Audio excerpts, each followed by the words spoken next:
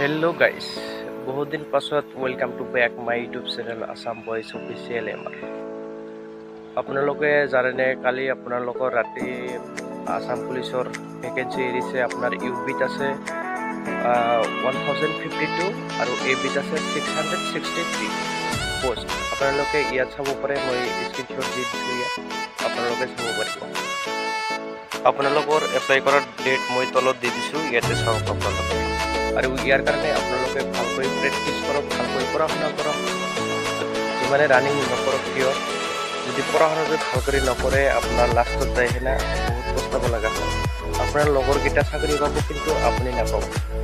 সেইকাৰণে ৰানিঙো ভাল কৰি কৰক, মেৰিট লিষ্টত নামানক। তাৰপিছত আৰু আপোনালোকে পঢ়া শুনাটো ভাল কৰি কৰক। এইখিনি কৈ মোৰ ভিডিঅ' মই এইখিনিতে সমাপ্ত কৰিলোঁ।